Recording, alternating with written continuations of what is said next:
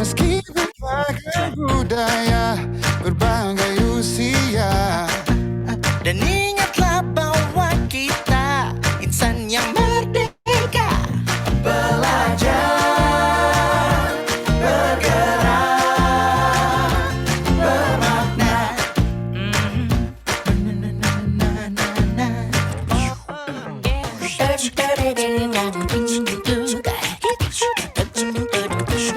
Semua murid, semua guru, semua murid, semua guru, semua murid, semua guru, semua murid, semua guru, semua murid, semua guru, semua murid, semua guru, semua murid, semua guru, semua murid, semua guru, semua murid, semua guru, semua murid, semua guru.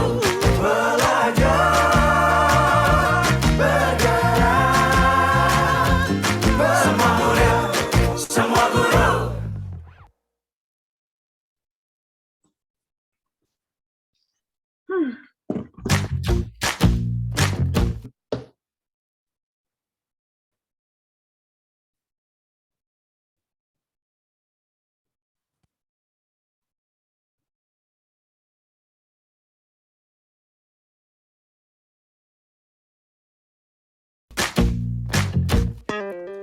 Kita bisa bersama mengubah dunia. Percaya pada diri demi cita-cita.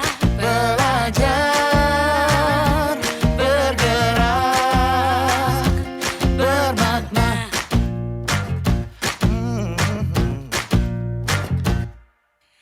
Aku bisa belajar dari ilmumu. Oh, kamu bisa belajar dari yang ku tahu. Belajar, bergerak, bermakna. Yeah. Semua murid, semua guru, semua murid, semua guru, Semua murid, semua guru, semua murid, semua guru, semua murid, semua guru, semua murid, semua guru. meski berbagai budaya, berbagai usia, Dan ingatlah bahwa kita insan yang merdeka. Belajar, bergerak, bermakna.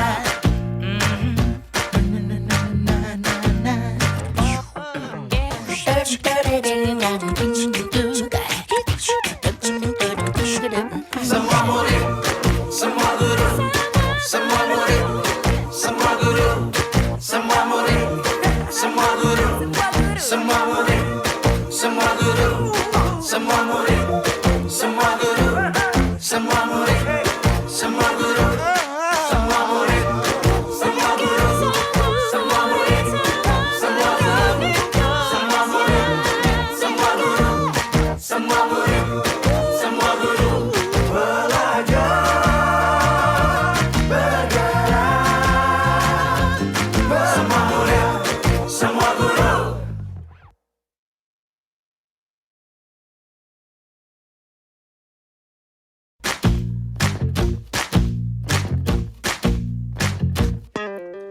Kita bisa bersama mengubah dunia.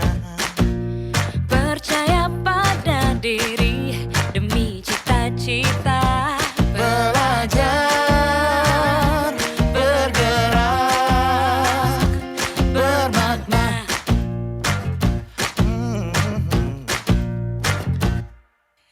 Aku bisa belajar dari ilmumu. Oh, kamu bisa belajar dari yang ku tahu. Belajar, bergerak, bermakna. Yeah. Semua murid, semua guru, semua murid, semua guru, Semua murid, semua guru, semua murid,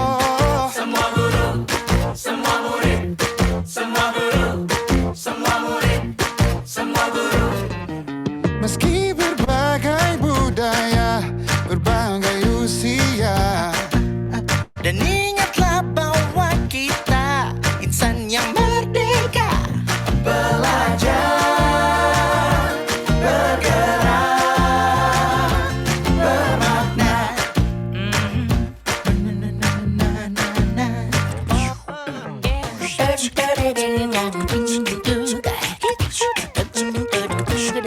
Semua murid, semua guru, semua murid, semua guru, semua murid, semua guru, semua murid, semua guru, semua murid, semua guru, semua murid, semua guru, semua murid, semua guru, semua murid, semua guru, semua murid, semua guru, semua murid, semua guru.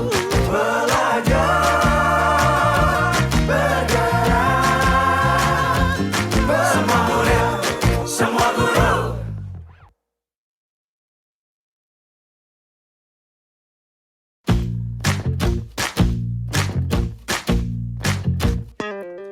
Kita bisa bersama mengubah dunia. Percaya pada diri demi cita-cita. Belajar, bergerak, bermakna.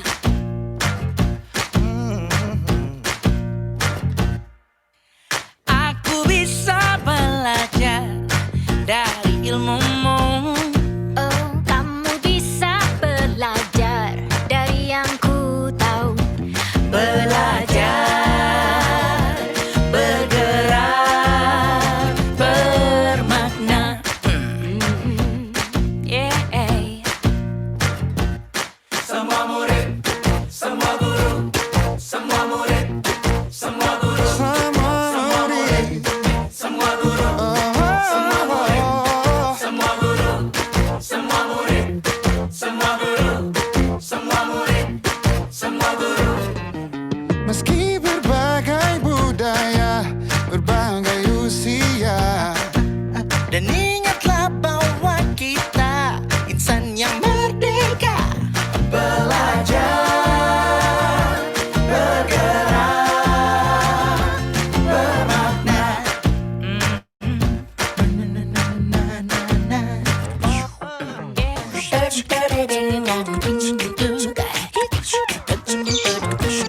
Semua murid, semua guru, semua murid, semua guru, semua murid, semua guru, semua murid, semua guru, semua murid, semua guru, semua murid, semua guru, semua murid, semua guru, semua murid, semua guru, semua murid, semua guru, semua murid, semua guru.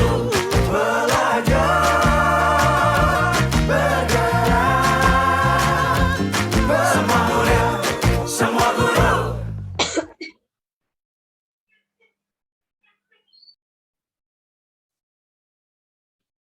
Baik, ini alhamdulillah sudah banyak ya Bapak Ibu yang sudah berkumpul. Boleh mungkin ini dari mana aja nih Bapak Ibu? Ada yang di luar Jakarta enggak Bapak Ibu? Ada Dari mana Bapak Supianto? dari Sumatera Binjai. Utara, Kota Binjai. Oh, Sumatera Utara ya. Oh iya. Ada yang lebih jauh lagi Bapak Ibu? Kita akan mulai ya. Oh, udah ada juga nih yang di chat ya, Jakarta Timur. Baik, saya mohon izin ya Bapak Ibu, kita segera mulai. Karena jam sudah menunjukkan pukul 2:04. Baik. Sebentar.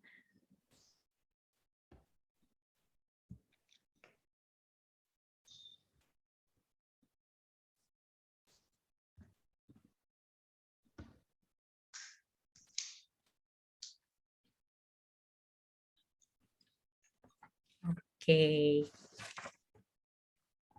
Saya mohon izin kita mulai ya, Bapak Ibu. Assalamualaikum warahmatullahi wabarakatuh. Selamat siang, Bapak dan Ibu sekalian. Selamat datang di webinar kita kali ini, webinar yang diselenggarakan oleh Sekolah Abad 21 by Sekolahmu, yang mungkin beberapa di antara Bapak Ibu sudah ada yang mengikuti webinar sebelumnya, ada 2 sebelumnya, mungkin Bapak Ibu ada yang sudah ikut. Nah, kali ini kita akan bahas mengenai tatap muka terbatas, bagaimana kolaborasi sekolah dan orang tua. Kali ini saya ditemani dengan 4 narasumber kita nih, kebetulan semua perempuan semua. Semoga saja sih keempatnya sudah hadir ya, sudah membersamai kita. Semoga juga di sini Bapak dan Ibu dalam keadaan sehat, sudah cari posisi di mana nih posisi di mana di kursi di mana yang bisa fokus kita 1,5 jam ke depan akan sharing, mendengarkan narasumber kita, berbagi soal kolaborasinya antara sekolah dan orang tua. Baik, mohon izin ya Bapak Ibu, saya perkenalkan satu persatu dulu narasumber kita pada kali ini.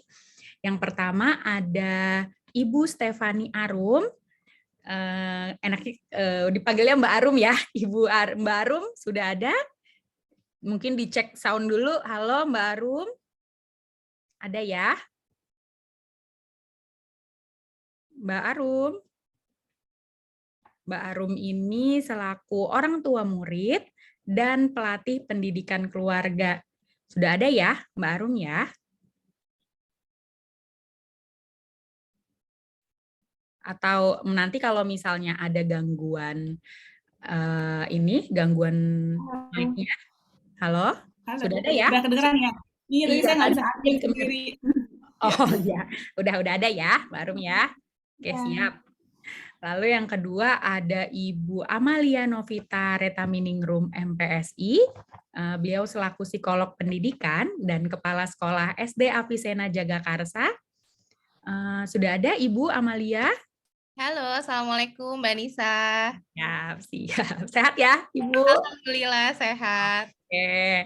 Yang ketiga, kita ada Ibu Maria Nona Vince, MPD, selaku Kepala Sekolah SMP Lentera Kasih. Bu Maria, sudah ada? Iya, selamat siang Kak Anissa, dan selamat siang semuanya.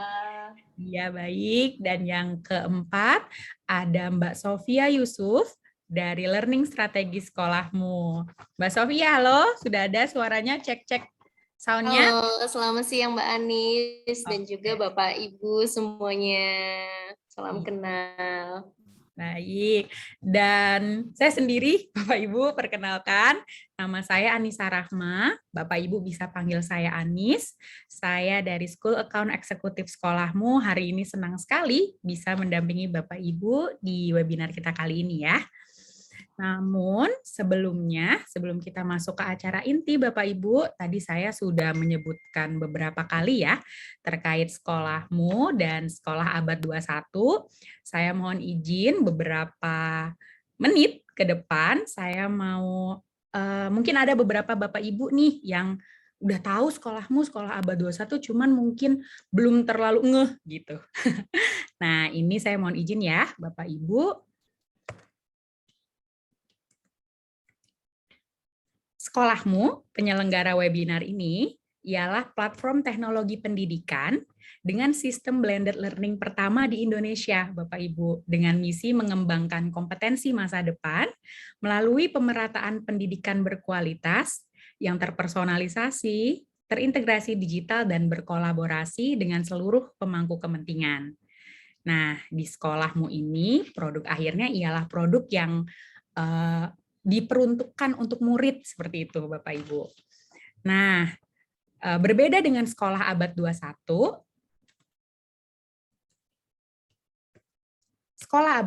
jaringan sekolah atau madrasah abad 21 ialah jaringan yang dibentuk oleh sekolahmu, diperuntukkan untuk sekolah ataupun madrasah yang dijadikan sebagai wadah bagi sekolah atau madrasah untuk mempersiapkan kualitas menghadapi perubahan perspektif dari murid dan orang tua mengenai pendidikan yang terbaik. Dan salah satu praktek baik yang dibuat oleh Sekolah Abad 21 by Sekolahmu ini ialah webinar kita kali ini, Bapak Ibu, dan webinar-webinar sebelumnya yang diperuntukkan untuk Bapak Ibu sekalian. Seperti itu. Tadi bicara soal sekolahmu yang produknya adalah murid, ini saya mau kasih sedikit teaser, sedikit cuplikan tentang salah satu produk sekolahmu, yaitu kelas elektif. Kelas elektif ini ada banyak sekali kelas-kelasnya Bapak Ibu, namun ini saya kasih teasernya sedikit dari belajar konten creator bersama Greta Agatha.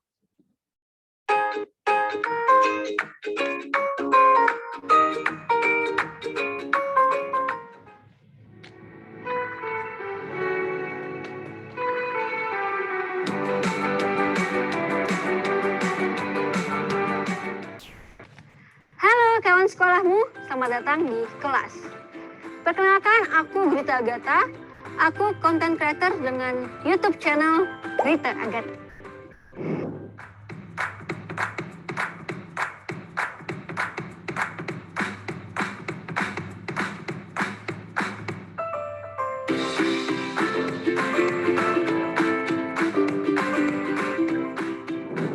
Pasti kamu udah gak sabar kan mengikuti kelas ini? Yuk belajar menjadi content creator bersama aku, Greta Agatha. Sampai ketemu di kelas ya. Enjoy the show.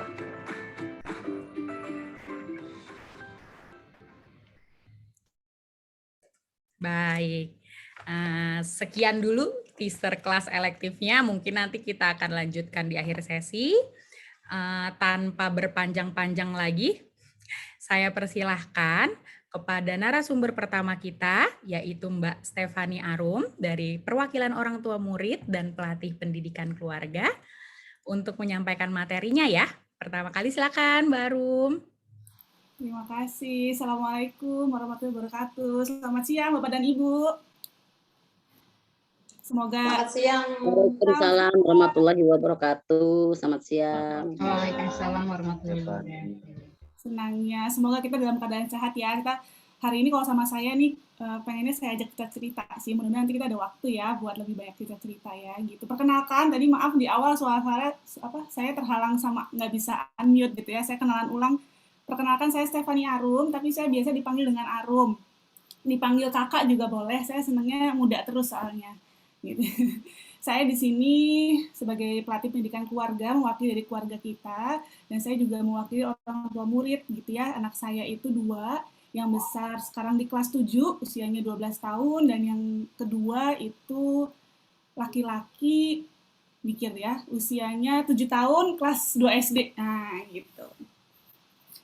Hari ini saya kebagian nih ngobrolin tentang pentingnya komunikasi orang tua dan sekolah gitu ya. Sebenarnya memang di saat-saat proses pembelajaran anak-anak ini udah mulai blended learning, terasa gitu ya, gentingnya gitu komunikasi kita sama pihak sekolah gitu. Tapi sebenarnya kami di keluarga kita itu ingin sudah lama gitu ya bergerak mengajak untuk para orang tua keluar dari miskonsepsi gitu ya, bahwa hubungan orang tua dan sekolah itu hanya sekedar transaksional gitu.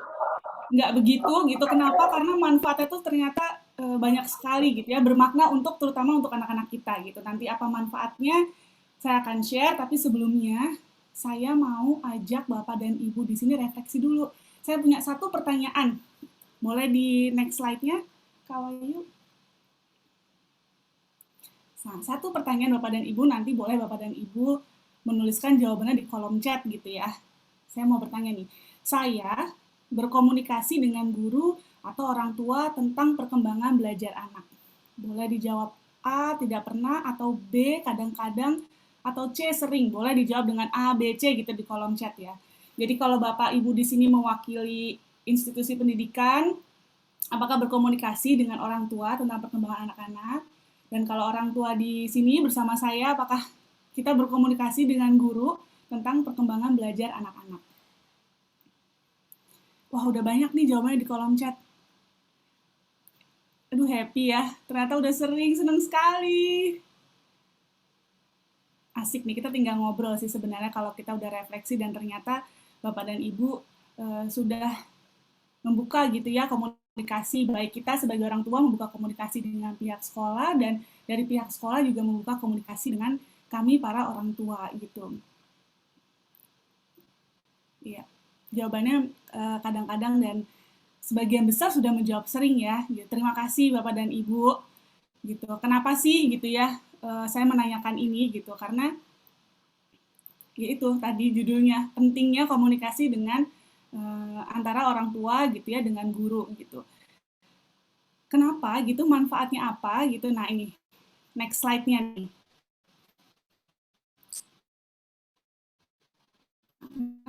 Karena orang tua dengan guru dan sekolah. Saya akan coba berbagi cerita gitu ya Bapak dan Ibu gitu ya. Manfaatnya yang sudah saya rasakan gitu. Kalau di sini disebutkan kan mengetahui dan dapat membantu perkembangan akademik dan non akademik anak di sekolah gitu ya. Saya sudah merasakannya sendiri Bapak dan Ibu. Kalau dulu gitu ya, waktu kita sekolahnya masih offline gitu ya, mungkin lebih banyak kita part mengetahui gitu. Tapi sekarang gitu ya, proses belajar kita udah blended learning nih. Anak sudah belajar mandiri di rumah gitu ya. Peran kita orang tua gitu juga bisa membuka komunikasi kepada sekolah dan guru untuk apa? Untuk membantu menjadi matanya para guru gitu ya tentang perkembangannya anak-anak gitu ya. Bahkan bisa apa ya? Gimana? Saya biasanya nggak cuma perkembangan. Ini kalau pengalaman pribadi saya mungkin lebih banyak meminta bantuan juga kepada pihak sekolah gitu ya. Kita bekerja sama. Saya sama suami tuh suka bilang kita tuh waktu cari sekolah mencari partner gitu ya. Partner membimbing anak-anak, partner mendampingi anak-anak kita belajar. Kenapa gitu? Karena kita bisa bersama guru, bersama sekolah itu mencari solusi permasalahan, bahkan bisa mengantisipasi permasalahan. Contoh nih anak saya ini soalnya baru banget kejadian, jadi saya ingat banget saya mau cerita ini. Anak saya yang kecil itu ikut program olahraga basket nih ceritanya di sekolahnya gitu ya. Happy sekali dia, happy sekali. 2 bulan berjalan, tiba-tiba di satu hari dia tampak murung, selesai sesi Zoom nih, tampak murung gitu kan. Terus saya tanya gitu, kenapa gitu. Terus dia bilang katanya dia kesulitan gitu kan. Dia bilang kesulitan, aku tuh nggak bisa balance, kata dia gitu.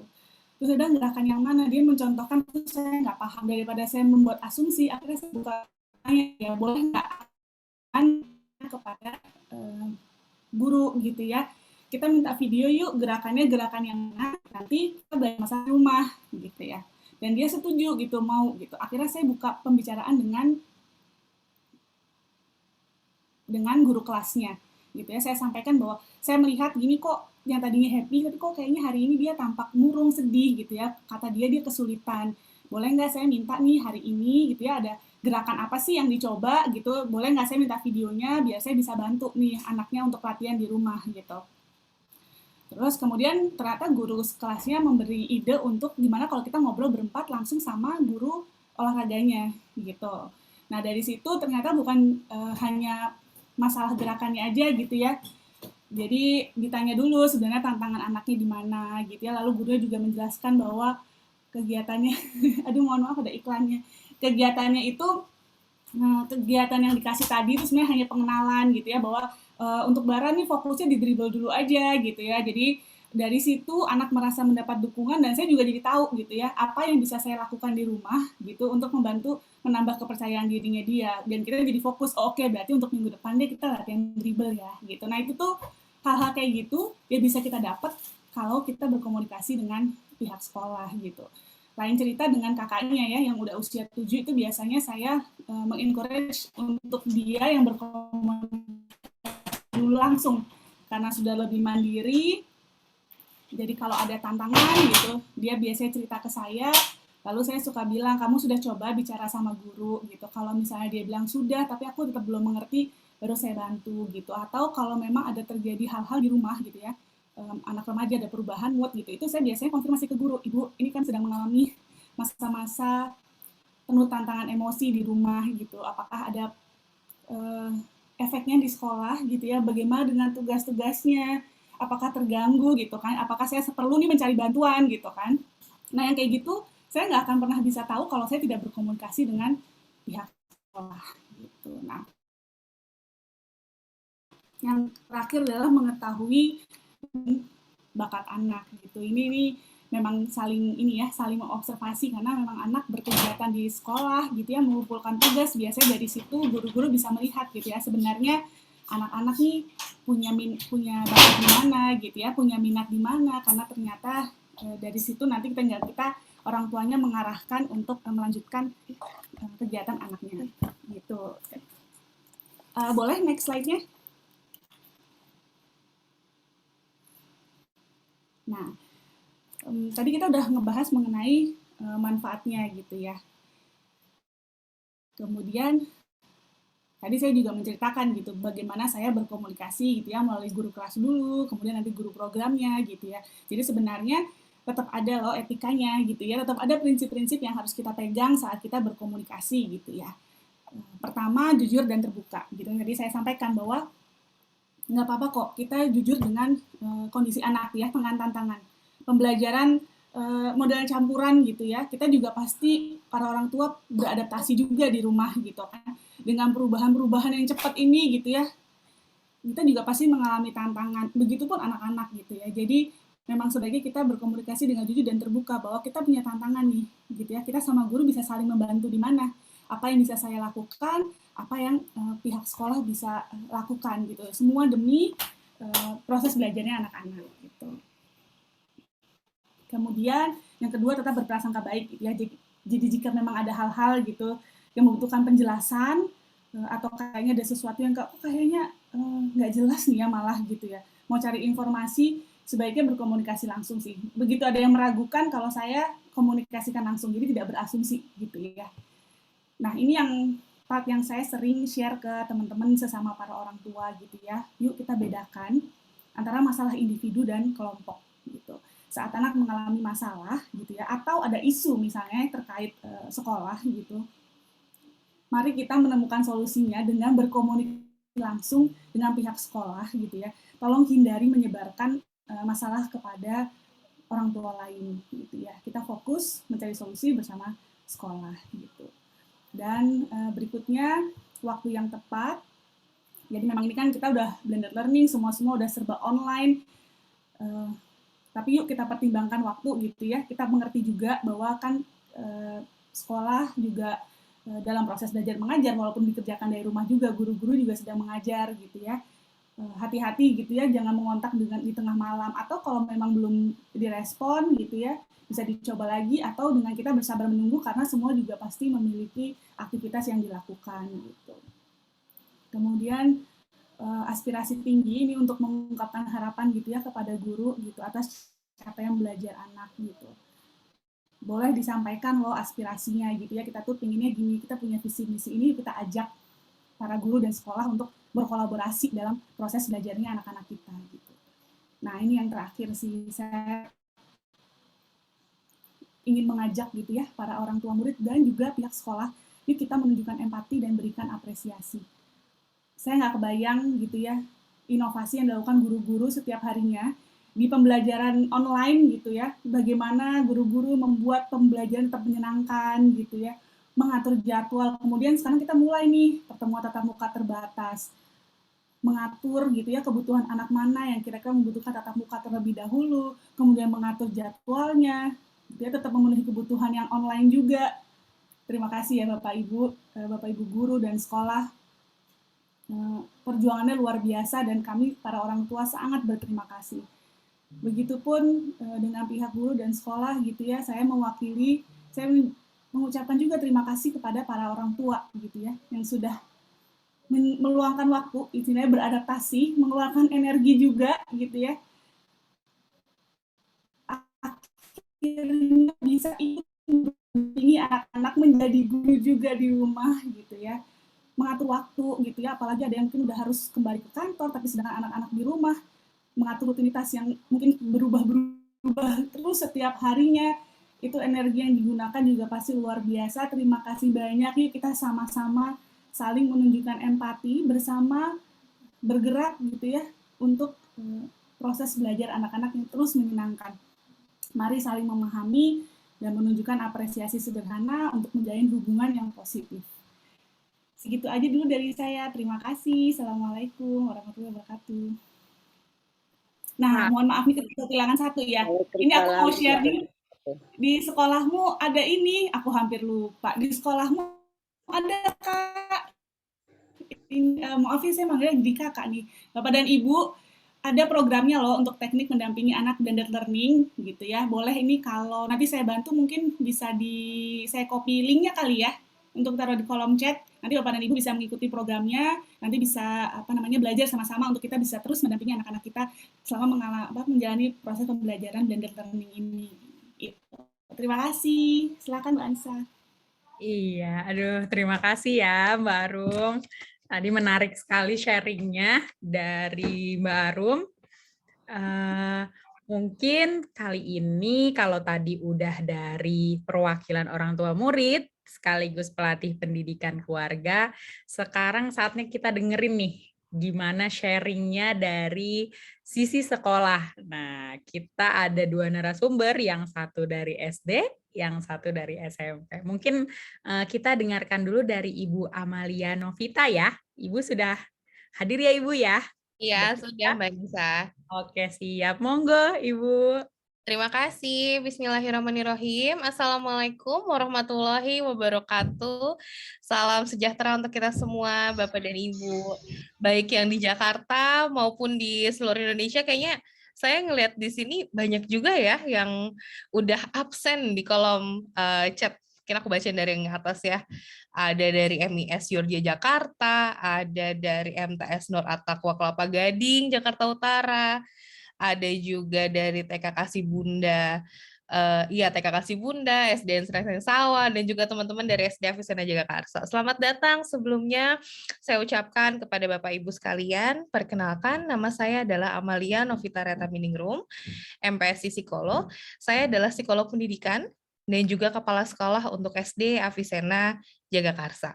SD Avicenna Jagakarsa itu adalah leadership school. Jadi pendekatan yang kita gunakan adalah kita mengajak anak-anak untuk bisa mengungkapkan apa yang ada di pikirannya dan kemudian berkolaborasi dengan guru juga dalam kegiatan-kegiatan belajar di kelas. Bapak dan Ibu, hari ini saya diminta oleh teman-teman dari sekolahmu untuk memaparkan fokusnya lebih kepada pembelajaran tatap muka terbatas, persiapan yang dilakukan. Adapun poin-poin yang akan dibahas pada hari ini mulai dari bagaimana cara sekolah mengkomunikasikan adanya PTM terbatas ini kepada orang tua, kemudian bagaimana respon orang tua pada saat pemberitahuan PTM terbatas ini, kendala yang dialami, bagaimana solusinya, dan kemudian apakah action plan-nya atau langkah-langkah rencana ke depannya dalam berkolaborasi dengan orang tua. Oke, saya sempat lihat juga ada yang dari Purwodadi ya. Halo Pak Suyadi dari Brebes, semoga sehat selalu ya. Senang sekali nih, nggak cuma dari Jakarta aja, tapi dari penjuru Indonesia.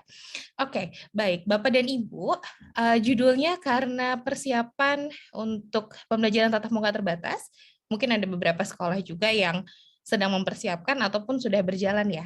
Pada tema hari ini saya lebih banyak sharing sebenarnya apa yang sudah dilakukan oleh Sekolah Avicenna Jagakarsa dalam persiapan ini, dan yang kita kenal sebagai homeschool collaboration, kerjasama antara sekolah dan juga rumah dalam mengkomunikasikan pembelajaran tatap muka terbatas ini. Boleh, next. Oke, di dalam pembelajaran tatap muka ini, kita perlu mengkomunikasikan terlebih dahulu ke orang tua sebelum kita menjalankan pembelajaran tatap muka terbatas. Kenapa? Karena walaupun memang ini adalah anjuran dari pemerintah, tapi kita tetap harus memahami, kita juga harus dapat sudut pandang dari orang tua untuk hak-haknya dalam memilih apakah sudah bersedia untuk mengikuti PTM terbatas atau masih menunggu nanti ketika keluarga sudah merasa lingkungan lebih aman. Nah, adapun persiapannya kita bagi jadi 2, yaitu persiapan internal dan kemudian baru masuk ke sosialisasi program PTM-nya. Untuk persiapan internal, siapa sebenarnya yang paling pertama harus tahu adanya pembelajaran tatap muka terbatas ini? Yang pertama adalah guru dan juga staf. Jadi sebelum kita diskusi sama orang tua, ada baiknya kita diskusi dulu secara internal sama teman-teman guru, teman-teman juga tenaga kependidikan dan tenaga pendidik ya, dua-duanya. Nah, di sana kita urun rembuk. Karena ini masih awal, jadi pastinya masukan dari Bapak Ibu guru, masukan dari staf itu sangat baik untuk berjalannya program PTM terbatas ini. Setelah kita berdiskusi, kita melakukan pretest terlebih dahulu untuk persiapan mengkomunikasikan ini. Yang pertama adalah membuat survei persetujuan. Jadi berapa persen sebenarnya orang tua yang setuju nih dengan PTM terbatas ini. Dari data tersebut, kita bersama-sama diskusi dengan komite sekolah.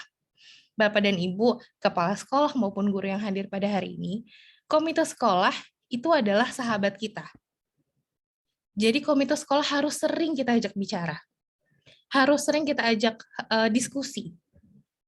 Sering-sering bertukar pikiran juga dengan komite. Karena komite tuh udah di dua kaki. Di satu sisi memahami kondisi sekolah, di sisi lain sebagai orang tua mereka juga punya sudut pandang sebagai orang tua. Maka dari itu penting sekali untuk berdiskusi dengan komite sekolah. Next. Nah, 3 hal tersebut, diskusi dengan guru, survei pretest terlebih dahulu ya tentang kesiapan atau persetujuan PTM dari orang tua, dan diskusi dengan komite, kita bersama-sama harus punya pandangan yang serupa. Ya, belum tentu sama, tapi paling nggak serupa. Yaitu, targetnya di dalam sosialisasi adalah semua orang tua bisa paham arahan dan juga manfaat dari PTMT. Seperti yang kita ketahui ya, Bapak Ibu, bahwa PTM kan nggak lama di setiap harinya, ya, nggak sampai sore, ya, maksimum 2 jam, mungkin kalau yang SMA lebih panjang. Tapi untuk SD itu 35 menit dikali 3 jam pelajaran, jadi sekitar 105 menit maksimum di sekolah, sampai dijemput mungkin 2 jam ya. Nah, jadi targetnya adalah orang tua tahu bahwa manfaatnya tidak hanya dari segi penyerapan kurikulum, tapi juga anak-anak kembali berinteraksi dengan lingkungan yang bentuknya fisik. Seperti yang kita ketahui, anak-anak itu belajarnya dari konkret ke abstrak. Jadi perlu sekali kita ajak anak-anak kembali ke lingkungan sekolah, supaya dia menyadari secara konkret, oh ini loh sekolah, oh kayak gini loh duduk di bangku sekolah ya, apalagi yang dari kelas 1 udah kena PJJ gitu, jadi mungkin belum sempat masuk ke sekolah. Nah, setelah itu targetnya adalah orang tua juga mampu mempertimbangkan keputusannya berdasarkan persiapan matang yang sudah dilakukan oleh sekolah. Jadi kita perlu paparkan persiapan kita yang memang sudah matang. Yang kita lakukan bentuknya preventif, bukan kuratif. Jadi misalnya, apakah tempat cuci tangan sudah lengkap? Apakah ada hand sanitizer? Bagaimana ruangan kipas anginnya gimana gitu ya, terus bagaimana, apakah ada disinfektan setelah kelas, apakah ada antigen untuk guru-guru yang hadir, seperti itu. Karena yang dijaga bukan hanya murid-muridnya, tapi juga guru-gurunya dan juga staf yang ada di sekolah. Jadi orang tua perlu tahu nih persiapan matang dari sekolah yang sudah dikerjakan. Yang terakhir, mengingatkan orang tua tentang value yang dimiliki oleh setiap keluarga. Ada keluarga yang punya kekhawatiran yang lebih besar daripada keluarga yang lain, mengingat ada misalnya ada eyang di rumah, ada oma, ada om, tante gitu ya, itu perlu diperhatikan value tersebut dan perlu dihargai, sehingga kita tidak memaksakan apa yang menjadi anjuran dari pemerintah betul-betul harus langsung diikuti, karena setiap orang pasti punya pandangannya sendiri-sendiri. Jadi semoga Bapak dan Ibu bisa mengajak orang tua untuk sama-sama ya punya visi yang sama ini atau visi yang serupa ini dengan guru, komite, dan juga orang tua. Next.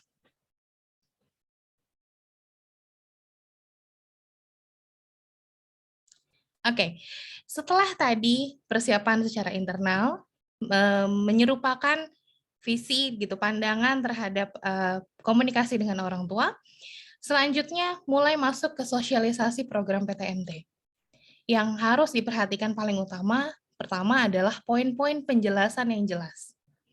Jadi di poin-poin penjelasan ini, semoga kelihatan ya di layar Bapak dan Ibu, tapi kurang lebih isinya itu yang pertama adalah kita menjelaskan terlebih dahulu persiapan dari sarana dan prasarana. Misalnya, ada nggak ruang isolasinya? Bagaimana pada saat masuk? Dicek suhunya di mana aja? Kalau anaknya tiba-tiba panas di sekolah, apa yang sekolah lakukan? Kalau misalnya pada hari itu anaknya anget, boleh nggak ke sekolah? kalau misalnya dia nggak boleh ke sekolah minggu ini, apakah minggu depan boleh? Nah, segala macam pertanyaan, bentuk sarana, prasarana, dan situasi yang akan ada di sekolah itu perlu dijabarkan dengan detail.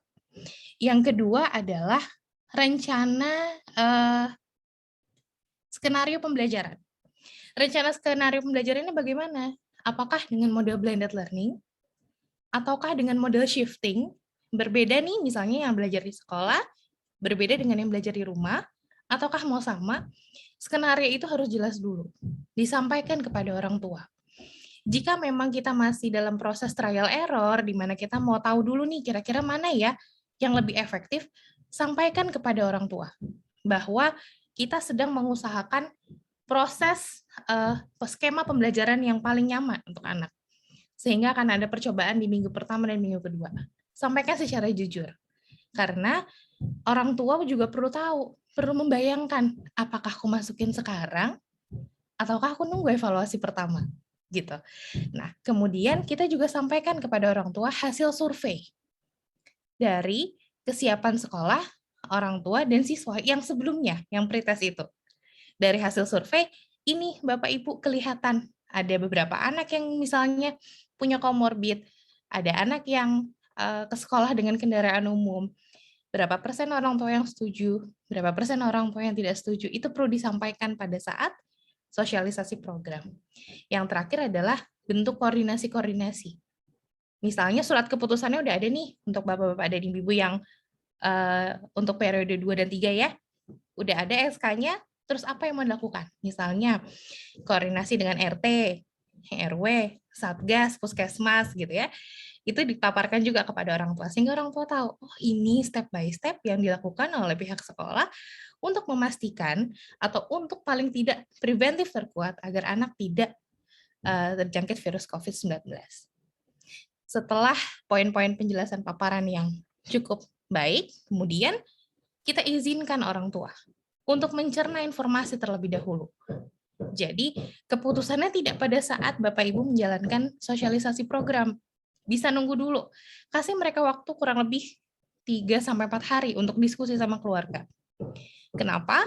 Karena kita juga perlu ingetin orang tua bahwa orang tua punya hak untuk memilih dan menjelaskan kepada anak berdasarkan value yang mereka miliki. Misalnya anaknya kepengen banget nih sekolah, ya, tapi orang tuanya masih cemas. Kan nggak bisa, misalnya kita sosialisasi hari Minggu, hari Senin harus langsung masuk. Sedangkan orang tua harus cari mood anak dulu, gimana ya menjelaskannya. Kalau iya mungkin lebih mudah, tapi kalau misalnya masih menunda, apa yang perlu disampaikan? Jadi berikanlah waktu untuk orang tua untuk mencerna.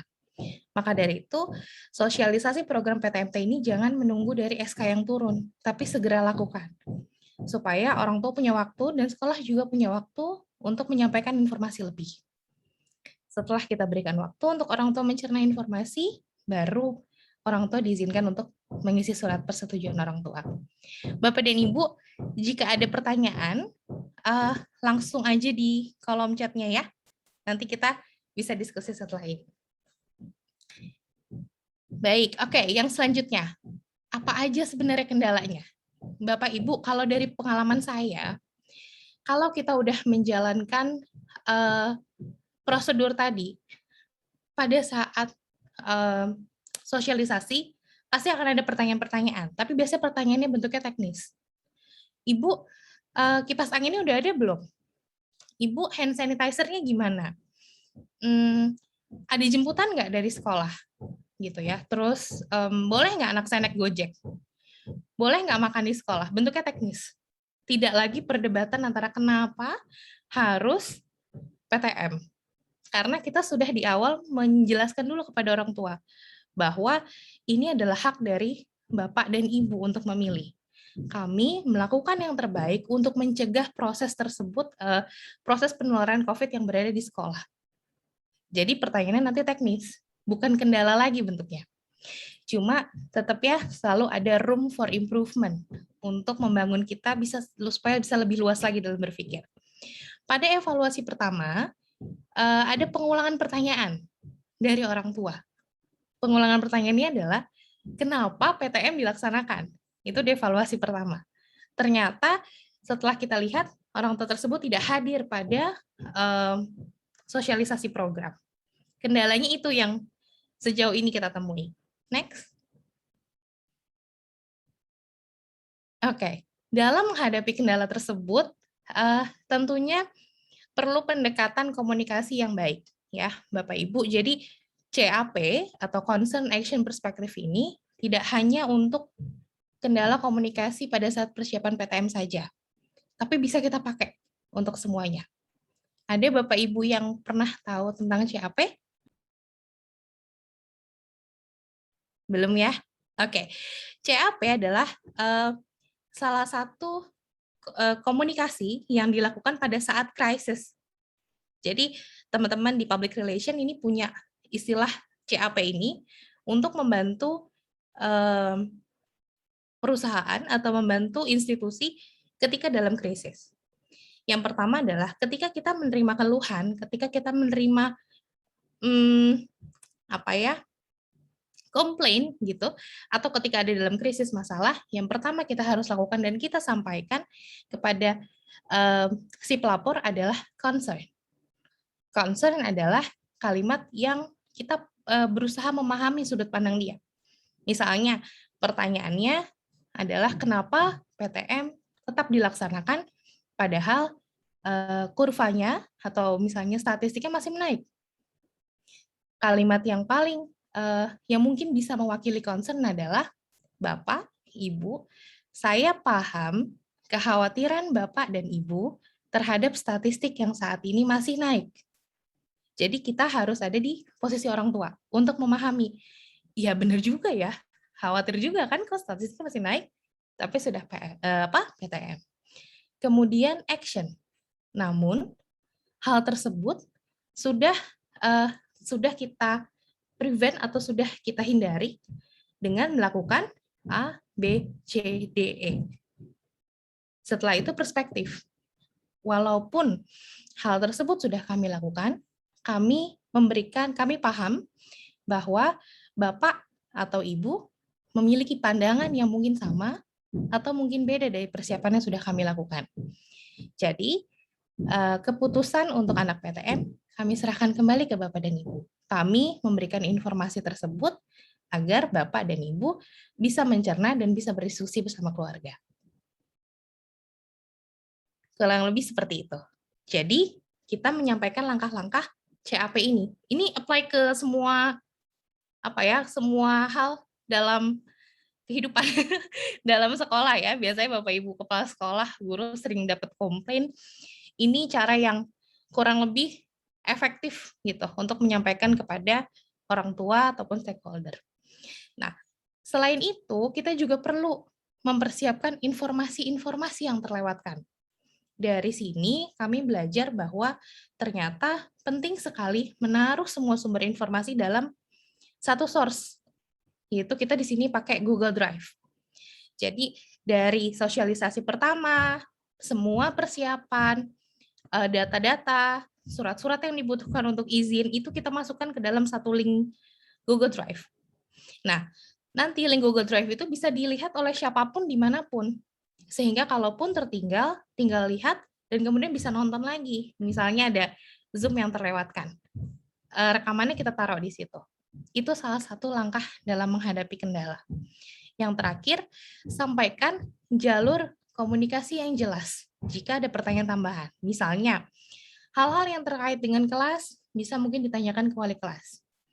Hal-hal yang kemudian sudah urgent dan butuh jawaban terkait dengan penjadwalan gitu ya, atau terkait dengan bagaimana kurikulum bisa ke Wakakur. Pertanyaan yang misalnya, terus ini ekskulnya gimana? Berjalan nggak nih selama PTM? Mungkin bisa ke siswaan. Tapi sampaikan kepada orang tua bahwa garda paling depan adalah wali kelas. Maka dari itu, Bapak Ibu wali kelas juga sama kita harus dekat, sehingga apapun informasi yang sampai dari wali kelas ke kepala sekolah itu jadi mudah koordinasinya. Wali kelas tinggal tanya ke kepala sekolah dan wakilnya tentang informasi yang mungkin sulit untuk dijawab. Seperti itu. Bu Amalia, maaf. Ya? 2 menit lagi ya. Oke, baik. Ini udah mulai penutupan. Next. Oke, siap. Nah, terakhir adalah kolaborasi dengan orang tua. Sosialisasi itu nggak cukup. Setelah itu kita perlu ada evaluasi. Ya, evaluasi 1, evaluasi 2, evaluasi 3. Terus sepanjang PTM ini. Sampai betul anak-anak semuanya masuk ke sekolah. Kok kedengarannya kayak repot? Enggak, justru. Kita lebih repot kalau tidak ada komunikasi antara sekolah dan juga orang tua. Karena pada akhirnya orang tua jadi nggak tahu ini ke arah mana sih PTM-nya.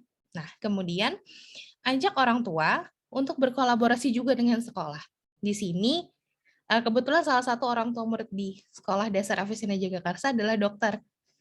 Efri, waktu itu membuat webinar bersama psikolog kami dengan tema kembali ke sekolah, aman dan sehat di masa pandemi.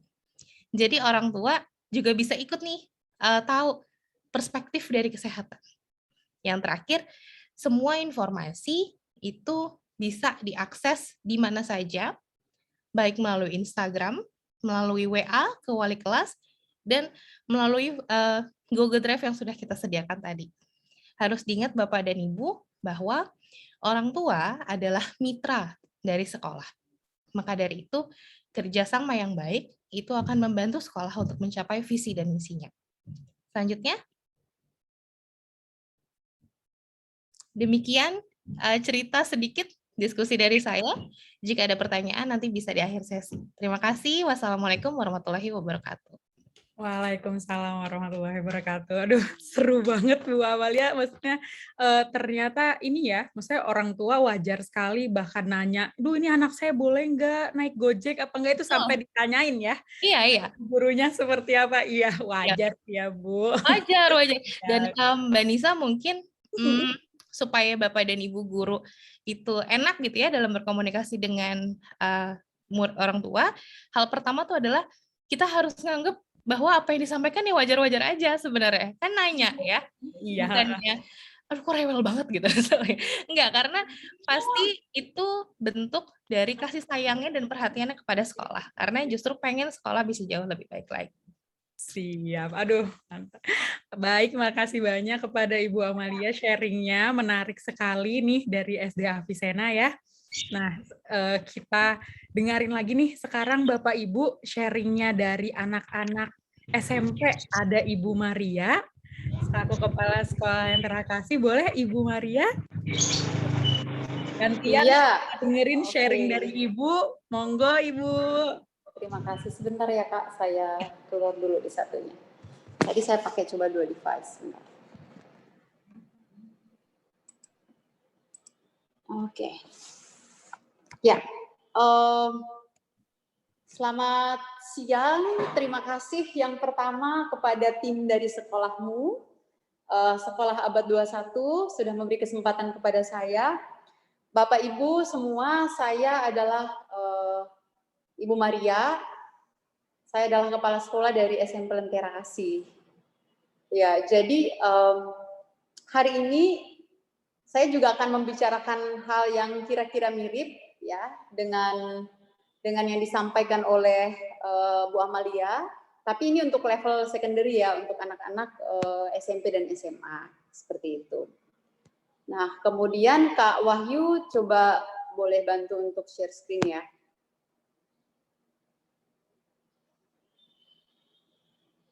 Apa sudah ya? Di tempat saya tadi kok tidak ada. Saya coba cek. Ini udah ada Bu Maria? Oh, sudah ada. Oke. Nah, sudah ada. Sebentar. Saya harus join satu lagi berarti. Sebentar. Ini mohon maaf sebentar ya. Ini di tempat saya nggak keluar. Saya pakai iPad. Sebentar saya coba masuk lagi. Sebentar Bapak Ibu.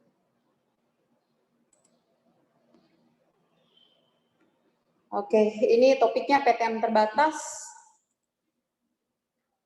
Sedang panas-panasnya nih ya PTM terbatas untuk DKI Jakarta dan juga di banyak tempat di Indonesia.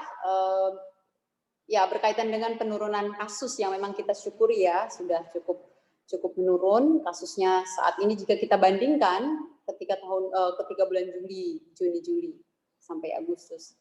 Oke, jadi Terima kasih untuk semua yang sudah bergabung. Tadi sudah disapa juga dari manapun, dari banyak tempat di Indonesia. Oke, ini sudah ada. Thank you. Ya, jadi saya pakai dua ini saja, tidak apa-apa. Right. Tapi kedengaran suara saya ya, Kak ya? Kak Arum?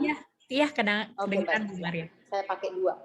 Ya, jadi topik yang diberikan kepada saya sama seperti yang diberikan kepada Bu Amalia, tapi seperti tadi sudah saya katakan, saya akan melihat dari sisi kurang lebih sama persiapan kita di sekolah untuk menyambut PTM ini, dan bagaimana kita mengkomunikasikan dengan orang tua secara garis besar mirip seperti itu. Nah, saya akan tambahkan beberapa hal yang mungkin sedikit perbedaan sedikit saja untuk level sekunderinya atau dari level SMP SMA-nya. Bapak Ibu dan oke semua peserta webinar siang ini. Jadi ini saya kasih judul peluang PTM terbatas itu adalah peluang sekaligus tantangan. Karena memang itu peluang besar tapi juga cukup menantang, ya. Jadi Sekolah Lentera Kasih kembali dulu Kak. Iya, Sekolah Lentera Kasih kami ada di Jakarta Utara, kami di Sunter, dan itu adalah sebuah sekolah dengan dual kurikulum. Jadi kita ada kurikulum nasional dan juga kurikulum Cambridge-nya. Nah, di sini saya juga sudah bergabung dengan sekolah ini cukup lama dan sudah cukup familiar dengan iklim sekolah, dan kemudian ketika tiba PTM ini itu benar-benar sesuatu yang sangat menantang untuk kita kerjakan bersama. Topiknya hari ini adalah bagaimana mengkomunikasikan dengan orang tua. Nah, terima kasih Kak Wahyu. Next-nya Kak. Iya, jadi ini pandemi COVID-19 ini, pandemi ini benar-benar mengubah banyak hal dalam sisi hidup kita. Kita semua, saya percaya yang ada di Zoom meeting siang ini, kita bisa berada dari macam-macam posisi. Saya pun juga adalah kepala sekolah, saya juga adalah orang tua, juga adalah guru, kemudian Bapak Ibu yang peserta juga saya yakin ada ya peran sebagai orang tua, peran di sekolah sebagai guru, sebagai kepala sekolah. Mungkin juga di sini apakah ada student mungkin siswa-siswi, mungkin ada adik-adik yang bergabung. Nah, iya betul. Jadi kita di sini sangat terjadi perubahan drastis. Seperti yang kita sudah tahu bersama, kita alami bersama selama hampir 2 tahun ini. Guru itu tiba-tiba mendadak jadi ahli IT ya. Yeay, guru. Tiba-tiba udah jadi pengguna media Zoom, Google Meeting terbesar gitu kan. Ahli education games-nya semua, wah pelajarannya harus bagus, harus keren. Harus buat anak itu tidak boleh ngantuk, apalagi di rumah, belajarnya dari tempat tidur, sambil duduk, sambil tiduran, masih banyak hal. Kemudian guru harus familiar dengan Google Classroom, semua platform lain. Guru juga bisa jadi YouTuber tuh, nanti bisa cari sendiri. Kemudian orang tua mendadak jadi guru. Orang tua itu mendadak jadi guru. Apakah itu stressful? Apakah itu membuat stres? Ya, jadi dari hasil penelitian, research yang dilakukan oleh Foundation Tanoto, jadi itu 50%, 56%. Untuk orang tua yang SD itu, orang tua yang anaknya masih SD itu 56% loh merasa stres. Kemudian untuk SMP dan ke atas itu 34% lebih. Ya. Kemudian 20% tidak memahami materinya. Ya iya, tiba-tiba saja dia harus membantu anaknya belajar ketika terjadi yang namanya learning loss atau terjadi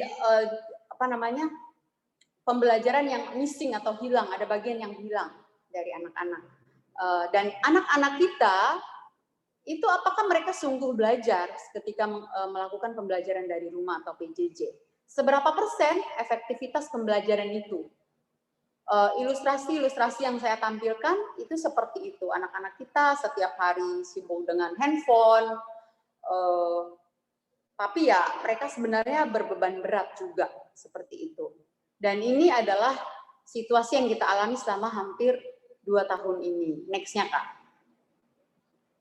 Kemudian pemerintah dan kita semua memang banyak juga suara-suara. Memangnya apa nggak bisa gitu ya dibuat pembelajaran tatap muka walaupun masih terbatas seperti itu.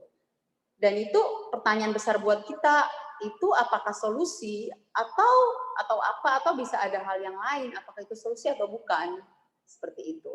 Jadi ketika Menteri Pendidikan kita, Bapak Nadiem, membuat keputusan untuk mulai memberlakukan PTM terbatas, maka sekolah-sekolah dipersiapkan sampai hal yang detail seperti yang tadi dijelaskan oleh Bu Amalia dari Avicenna. Terima kasih Bu, itu sudah merangkum semua juga yang akan saya bahas. Jadi next Kak Wahyu. Jadi memang ini solusi, tetapi juga kalau kita tidak hati-hati ini bisa jadi bumerang buat kita. Nah, di sini tantangan yang kita dapatkan sebagai sekolah untuk mendapatkan kepercayaan orang tua itu cukup banyak Bapak Ibu. Jadi yang pertama itu adalah orang tua masih ragu karena masih banyak ya kasus positif. Walaupun memang trennya sudah turun dan makin hari makin turun, kita syukuri itu, tetapi belum benar-benar positif rate-nya itu masih ada. Kemudian orang tua masih ragu pelaksanaan protokol kesehatan ini seperti apa. Ada juga seperti yang tadi sudah dijelaskan oleh Bu Amalia bahwa ada kelompok orang tua yang mau wait and see, mau lihat dulu nih, tunggu dulu nih, saya mau izinkan anak saya untuk yang nanti gelombang berikut saja, yang mungkin bulan berikut, seperti itu. Kemudian masih juga sampai hari ini ada juga data bahwa memang masih ada anak yang masih ada yang belum divaksin, belum diizinkan orang tuanya untuk vaksin, masih ada Bapak Ibu sedikit. Walaupun angkanya tidak banyak, tapi masih ada. Kemudian ada siswa dengan komorbid atau dengan penyakit-penyakit tertentu, misalnya alergi ataupun juga macam-macam hal yang bisa saja membuat mereka terkendala untuk bisa masuk sekolah di PTM ini. Nah, Bapak Ibu, di sini untuk sekolah, dokumen yang paling penting untuk melaksanakan PTM ini dari orang tua adalah mendapatkan surat izin dari orang tua. Jadi surat izin orang tua ini adalah tiket gitu. Sekolah tuh tidak bisa memaksa. Pemerintah sekalipun tidak bisa memaksa bahwa ayo harus sekolah. Ini kita nih baru belum sampai 50% nih, harus 50% nih. Tidak bisa. Sekolah tuh tidak punya wewenang untuk memaksa orang tua atau menekan orang tua untuk memberi izin. Jadi memang sudah ditetapkan seperti itu dari pemerintah. Izin orang tua adalah tiket masuk untuk PTM. Seperti itu, Bapak Ibu. Jadi perjuangan usaha dan perjuangan sekolah, selanjutnya Kak Wahyu, usaha dan perjuangan sekolah itu lumayan dikerjakan dengan sepenuh hati ya, tahap-tahap persiapan sekolah seperti apa. Jadi kita harus ikut benar aturan pemerintah.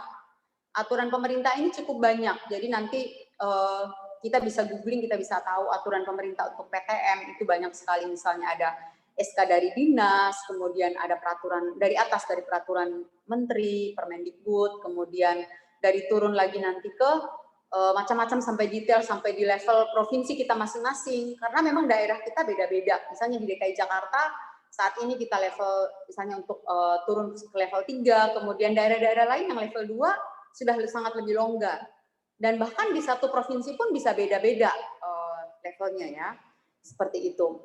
Nah, sekolah itu harus memastikan vaksinasi dari warga sekolah. Walaupun sekali lagi Bapak Ibu, vaksinasi ini tidak diwajibkan sebenarnya ya, untuk dari pemerintah itu tidak wajibkan anak-anak harus vaksinasi ke sekolah untuk menjadi syarat untuk masuk PTM.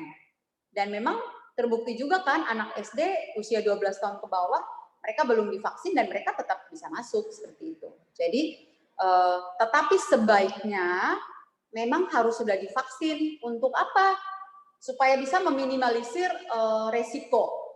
Anak bisa terkena ya bisa, tetapi untuk tingkat fatal itu menjadi sangat jauh berkurang. Seperti itu.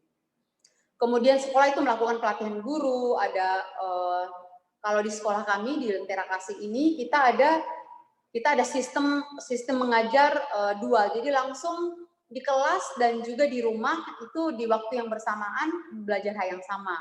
Jadi di sekolah kami itu ada komputer di setiap kelas yang sudah disetting dengan kameranya, dengan mikrofonnya masing-masing, dan kemudian sudah di-download Zoom di komputernya, jadi guru tinggal memasukkan semua materi pembelajarannya, itu akan jadi apa yang saya ajarkan sekarang di kelas, untuk misalnya 50% anak sudah masuk, 50% anak di rumah, mereka juga belajar hal yang sama.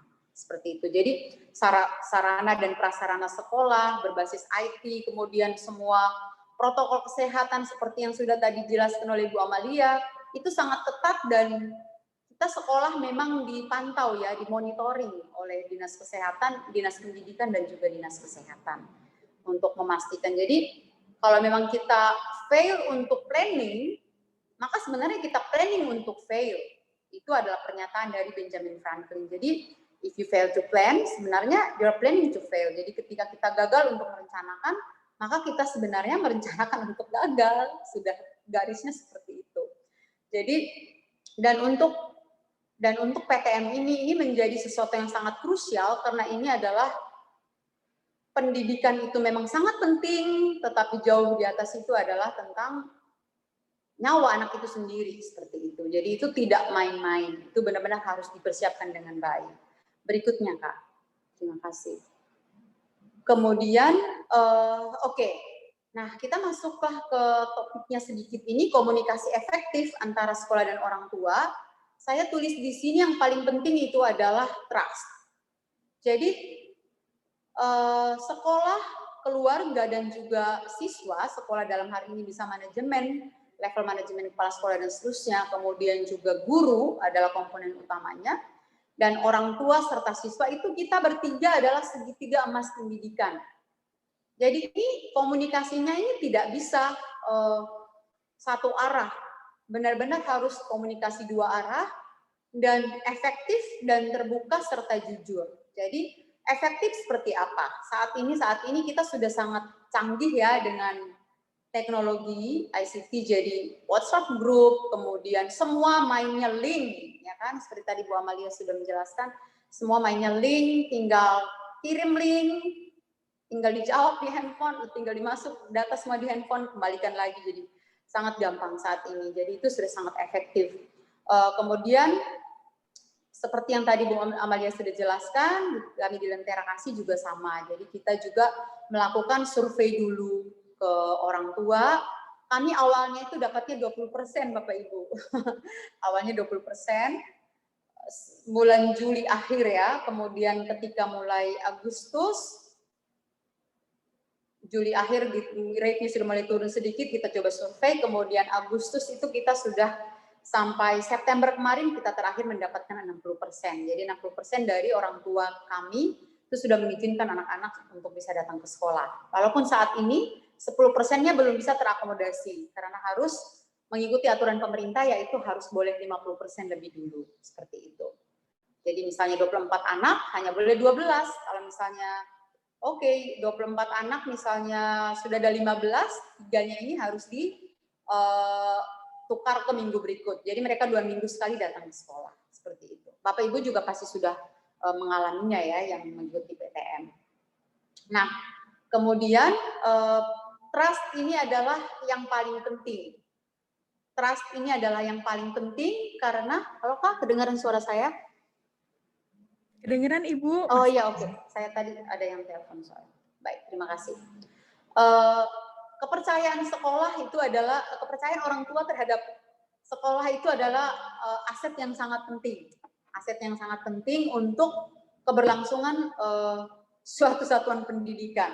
Apalagi ini, jika hal ini menyangkut keselamatan anak, ya, itu adalah sesuatu yang sangat penting untuk dijaga. Jadi, bagaimana supaya orang tua ini bisa percaya atau bisa trust, maka ini seperti tadi Bu Amalia juga sudah menjelaskan bahwa memang harus jujur, sekolah itu harus jujur menyampaikan bahwa saat ini di sekolah kita datanya seperti ini, yang komorbid demikian, yang transport seperti itu, berapa anak yang ke sekolah naik kendaraan umum, jadi semua terpantau, semuanya terdeteksi seperti itu. Demikian Bapak Ibu ya. Kemudian berikutnya, Pak Wahyu. Next, Kak. Oke, nah sejauh ini, PTM sejauh ini, kalau di sekolah kami mulainya 8 September. Walaupun dari DKI Jakarta sendiri, itu adalah tanggal 30 Agustus. Tapi karena itu tadi Bapak Ibu kembali lagi ketika menyangkut persiapan sekolah, kita tidak bisa dengan sangat gampang mengatakan siap gitu ya. Tapi benar-benar harus memang harus dicek dan disiapkan. Jadi kami mulainya 8 September, sekolah kami baru mulai PTM, dan kemudian berjalan baik sejauh ini, tetapi memang kita masih dalam masa uji coba, observasi dan analisis situasi. Sampai hari ini pun, tadi pun kami masih dimonitoring secara ketat oleh Dinas Pendidikan dan juga Dinas Kesehatan untuk memastikan bahwa protokol kesehatannya berjalan dengan baik, wastafelnya cukup untuk cuci tangan, kemudian termogannya masih bagus, toilet dan semuanya bersih, jaraknya untuk tempat duduk anak diatur. Jadi itu sampai saat ini pun kita masih tetap dimonitoring seperti itu. Kemudian memang harus sangat taat dengan protokol kesehatan COVID-19 ini. Dan berikutnya adalah adanya adaptasi kebiasaan baru. Adaptasi kebiasaan baru ini benar-benar namanya kebiasaan ya Bapak Ibu ya. Itu sesuatu yang susah untuk kita ubah. Jadi awal-awal itu sempat juga sih saya kurang tahu sekolah di mana, tapi ada informasi itu bahwa ada sempat juga bahwa memang saking senangnya bergembira ya orang tua, guru dengan anaknya baru bertemu, mereka kemudian sambil kan nggak boleh ya, kita hanya boleh tos jauh, dari jauh tidak boleh saling sentuh. Nah, hal-hal yang simpel, hal-hal yang memang setiap hari kita lakukan, tapi itu ternyata memang harus kita latih. Jadi di masa uji coba ini, PTM ini adalah juga kita sekalian melatih adaptasi kebiasaan baru. Kita tidak boleh, walaupun kita merasa aneh, wah biasanya kita duduk makan kan ketuk-katan, ngobrol ya kan, ini harus jauh. Terus karena kita sambil makan, ini guru-guru ya, sambil makan terus sempat terbuka. Karena masker dibuka, ya kita tidak boleh sambil saling ngobrol. Makanya sempatnya aja, kemudian kita langsung kembali taat protokol kesehatan pakai masker. Anak-anak sendiri, kalau penerapannya di sekolah kami, mereka tidak membawa makan siang, seperti yang tadi sudah disinggung atau dijelaskan juga oleh Bu Amalia, bahwa memang SD itu adalah 105 menit ya Bu Amalia ya. Kalau SMP SMA itu boleh sampai 4 jam di sekolah. Jadi bisa kalau dari 7.30 sampai sebelum jam 12. 11.40, 11.50 itu masih bisa melakukan kegiatan belajar di sekolah. 4 jam pelajaran di sekolah. Maaf, ya. diingatkan ya. Oke. Nah, kemudian sebentar Kak, sedikit lagi, ini bagian akhir. Kemudian pembelajaran dengan materi esensial, Bapak Ibu. Jadi PTM ini sedapat mungkin guru-guru kita itu adalah mencoba untuk memetakan materi esensial, materi-materi yang tidak bisa diajarkan kalau itu PJJ gitu. Jadi misalnya matematika kan sulit ya, matematika, kemudian bisa alat musik, tapi mereka harus bawa sendiri ya, alat musiknya tidak boleh saling pinjam-meminjam. Kemudian guru juga tidak boleh menyentuh ya, jadi itu semua instruksinya lisan semuanya. Kemudian ada topik-topik, misalnya ada praktikum ya, untuk yang secondary, yang SMP, SMA, laboratorium, IPA, seperti itu. Jadi dengan protokol kesehatan ketat, itu ditelaah materi-materi esensial yang coba diajarkan di sekolah, seperti itu.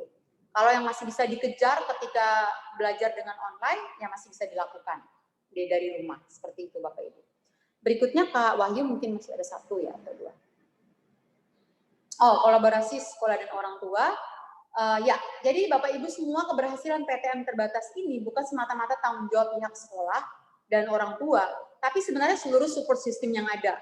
Jadi support system ini memang yang paling penting adalah segitiga tadi itu, sekolah, guru, dan murid, sekolah, orang tua, dan murid, tetapi juga bukan hanya itu. Jadi kita ada kerjasama memang harus dengan puskesmas terdekat, Satgas COVID di area itu, kemudian RT, RW, dan kelurahan setempat, semuanya itu harus sudah siap dan disiagakan. Jadi jika ada kasus yang seperti tadi Bu Amalia jelaskan, ada kasus positif, atau ada yang demam ketika sampai di sekolah, itu kita sudah ada SOP-nya semua, standar operasional prosedurnya ya, prosedur operasional standarnya semua.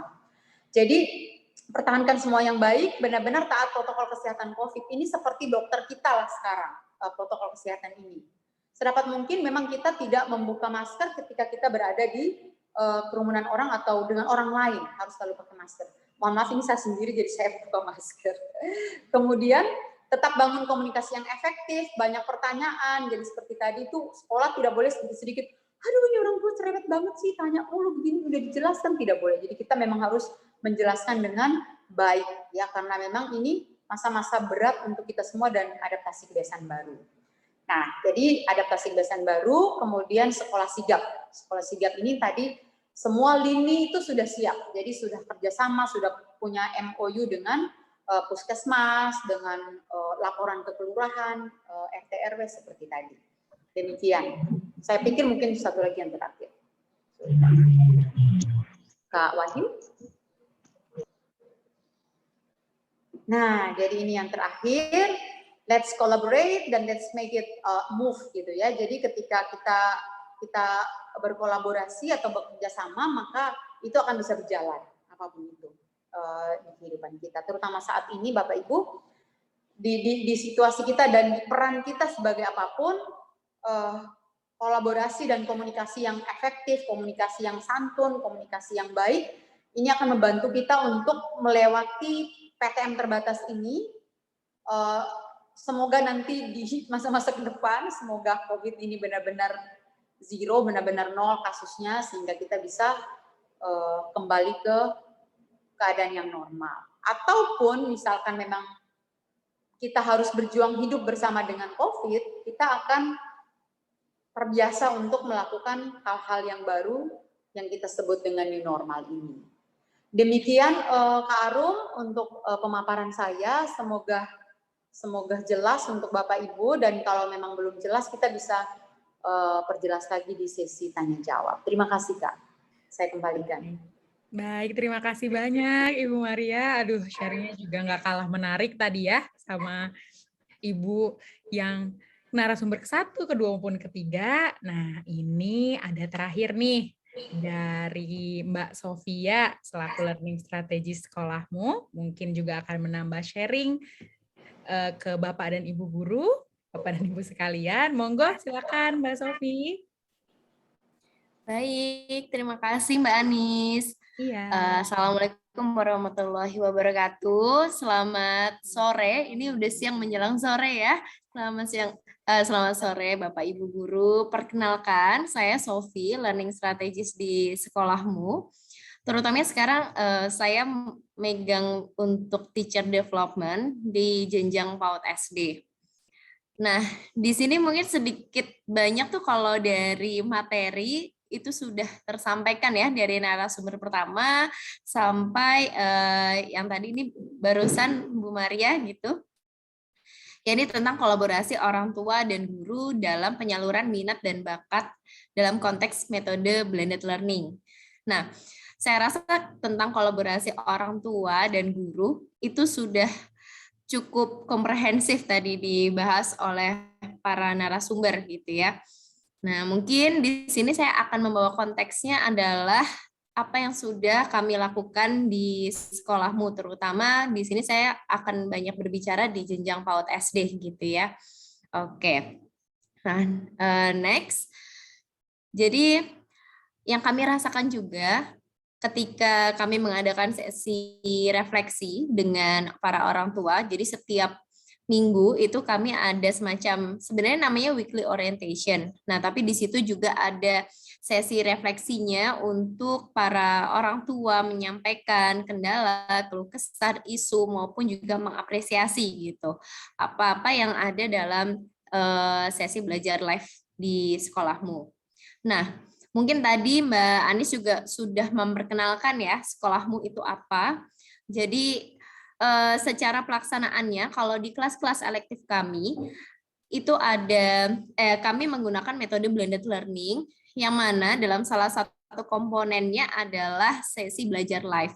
Bisa dibilang seperti sekolah pada umumnya gitu.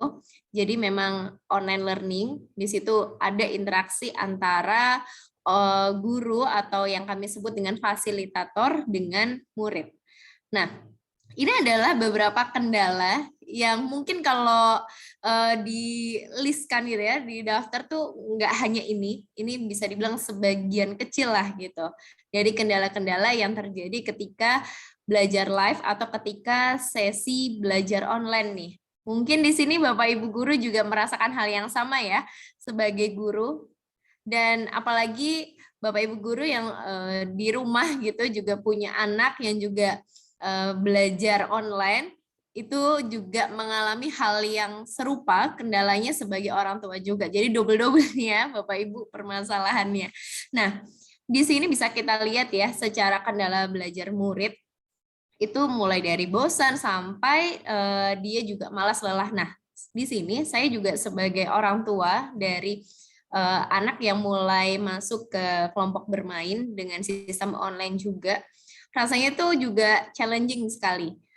Karena anak saya itu kalau misalnya udah terlalu lama, aktivitas sudah terlalu banyak atau mungkin dia jenuh, pasti terus dia bilang, Bunda kecapean gitu. Rasanya dia pengen segera udahan aja gitu. Padahal cuma 1 jam, kurang dari 1 jam, paling 30 menit itu udah bilang seperti itu. Jadi itu saya rasa kendala yang sering dialami oleh semua orang tua. Nah di situ masuknya ke gurunya gitu kan. Kita juga memang nggak bisa nyalain guru dengan apa yang terjadi di anak, karena ini bisa dibilang faktor eksternal. Nah, kendala guru di sini mungkin secara kita, ini ada hal yang baru kan ya, baru sekitar 2 tahun ini masih banyak penyesuaian bagaimana caranya berstrategi membuat satu satu desain pembelajaran dengan menggunakan teknologi baru, tapi itu bisa mengcover, bisa memfasilitasi dari kompetensi yang diinginkan gitu untuk dicapai oleh para murid. Nah, di sini kendala guru minimalnya ada 3 ini gitu, dari ragu akan kemampuan diri sendiri untuk mempelajari teknologi baru, lalu bingung dalam menentukan aktivitas belajar yang dapat dilakukan saat pembelajaran baik secara daring maupun luring, dan juga sulit untuk menjangkau dan memantau proses pembelajaran setiap murid. Nah, sebenarnya dari 3 contoh ini itu juga yang dialami oleh para fasilitator kami gitu. Nah, selanjutnya kalau dari sisi orang tua, kondisi belajar online seperti sekarang ini membawa nggak dipungkiri itu rasanya stres juga gitu ya, karena anak yang terutama mungkin di PAUD, di SD tingkat bawah itu pasti perlu pendampingan. Nggak mungkin kalau misalnya mereka bisa secara mandiri untuk belajar online gitu. Jadi di sini memang orang tua bisa aja stres, cemas, sulit berkomunikasi, dan merasa kurang puas gitu dengan PJJ yang ada. Mungkin secara ekspektasi anaknya bisa mandiri di depan laptop, orang tua bisa melakukan kesibukannya, misal WFH gitu ya, tapi ternyata tidak. Nah, ini adalah kendala-kendala yang terjadi di saat sesi belajar live atau di saat belajar online gitu. Next. Nah, di sini dari yang tadi juga saya ikut mendengarkan gitu ya, dari narasumber yang pertama Mbak Arum, memang secara segitiga belajar, kalau di sini saya ngambilnya dari Montessori gitu ya. Nah, mungkin ini tadi juga saya sempat lihat di presentasinya Ibu Maria gitu ya, secara umum memang komponen-komponen yang ada dalam pembelajaran itu 3 hal ini, yaitu the child, the adults, and the environment ini harus bekerja sama gitu. Harus ada sinergi yang positif di dalamnya. Nah, the adults inilah yang mungkin terlihatnya itu memegang peranan gitu ya, apalagi kalau misalnya murid-murid atau anak-anaknya tadi masih di tingkat PAUD maupun SD gitu. Nah, di sini yang mau saya soroti adalah yang di the adults ini. Ini bisa banyak gitu ya. Bisa orang tua, bisa yang di rumah misal ada neni atau ART, ataupun caregiver yang lain, dan juga guru atau pihak sekolah juga gitu. Nah, next. Oke. Nah, di sini khususnya di adults tentang kolaborasi, yang kami rasakan juga dari kondisi prakelas atau dari dari saat prakelas hingga pasca kelas, itu sangat-sangat diperlukan peran dari ayah bunda, pendamping lain, dan juga para guru. Ini kalau saya ibaratkan itu seperti puzzle gitu, saling melengkapi. Nggak bisa kalau misalnya hanya satu komponen aja nih yang bekerja gitu, satu komponen aja yang optimal. Misal kita bilang nih ya, para guru pastinya sudah mendesain pembelajaran dengan optimal.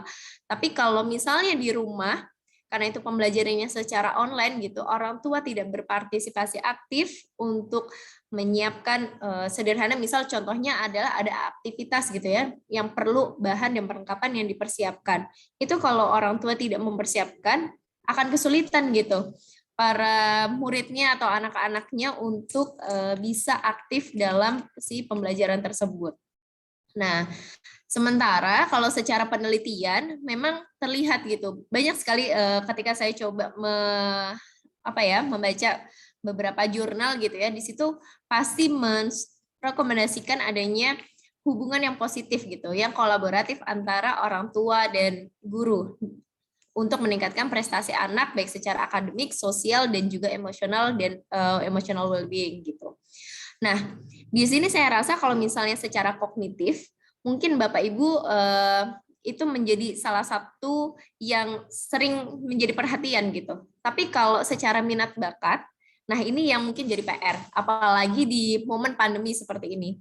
Sempat kemarin saya juga baca gitu ya, di sosialisasi pemerintah terkait dengan PTM terbatas ini, itu aspek untuk kelas ekstrakurikuler ataupun aktivitas-aktivitas yang lain, bahkan kalaupun udah masuk kemarin juga ya di anak saya, di sepupu saya itu ada sosialisasi tentang PTM ini, PTM terbatas, dari guru juga menyampaikan gitu bahwa ketika anak ke sekolah harus menjaga jarak, tidak boleh mengakses perpustakaan, tidak boleh mengakses fasilitas yang lain gitu selain ruang kelas, dan mungkin ada kriteria-kriteria lainnya yang tadi juga disampaikan ya oleh narasumber yang lain. Nah, saya rasa di sini menjadi satu challenge tersendiri nih untuk bagaimana kita sebagai pendidik gitu ya, penyedia kelas gitu, guru maupun di sekolahmu ini juga, untuk membuat sebuah pembelajaran, desain pembelajaran yang bisa mengakomodasi nggak hanya untuk kemampuan kognitif aja nih, tapi juga bagaimana menyalurkan minat dan bakat juga gitu. Nah, penyaluran minat dan bakat ini agak-agak tricky ya Bapak Ibu, karena terkesannya kan minat dan bakat itu misal di seni, misal bermusik gitu, ataupun olahraga gitu. Padahal mungkin secara ruang lingkupnya tuh luas sekali minat dan bakat ini gitu. Nah, di sini kembali lagi tentang kolaborasi, saya rasa mau untuk penyaluran minat bakat ataupun aspek yang lain, itu perlu sekali adanya kolaborasi ini. Kenapa? Karena adanya kolaborasi antara orang tua dan guru, atau dalam hal ini kalau di kami sekolahmu itu nyebutnya fasilitator, itu akan ada dukungan tambahan gitu, dan saling pengertian tentang apa sih yang menjadi tantangan dalam proses pembelajaran anak, terutama dalam sesi belajar live atau belajar online ini gitu. Terus yang kedua, orang tua memiliki wawasan yang lebih baik tentang apa yang dipelajari anak dan dapat membantu guru dengan membantu memperkuat pelajaran secara pasif di luar kelas. Nah, ini saya rasa konteksnya pas banget gitu ya untuk sesi online yang ada dalam kondisi pandemi seperti sekarang gitu.